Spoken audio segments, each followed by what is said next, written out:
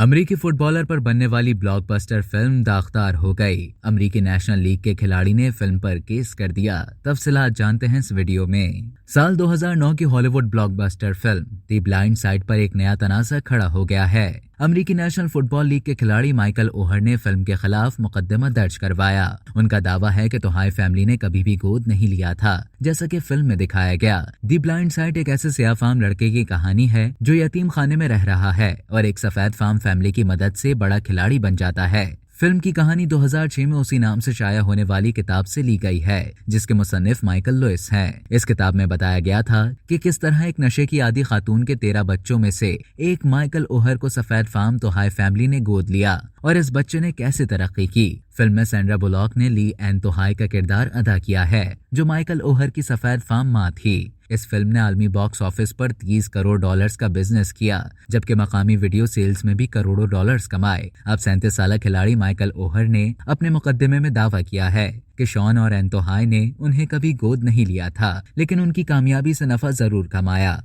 Michael का कहना है कि तोहाई फैमिली ने 18 बरस का हो जाने के बाद उनका नाम इस्तेमाल करने के लिए कानूनी दस्तावेजात पर जालसाजी के जरिए उनके दस्तखत लिए। माइकल ने इल्जाम लगाया कि तोहाई फैमिली ने उन पर बनने वाली फिल्म से भी करोड़ों डॉलर्स की रॉयल्टी हासिल की, लेकिन उन्हें एक पाई भी नहीं दी गई। फिल्म में मरकजी किरदार अदा करने वाली सैंड्रा बुलॉक का कहना है कि मुझे अफसोस है कि इतनी शानदार कहानी और उम्दा फिल्म दागदार हो गई है। उन्होंने कहा कि अब इस फिल्म को लोग देखेंगे तो उनका रद्द-ए-अमल बिल्कुल मुख्तलिफ होगा।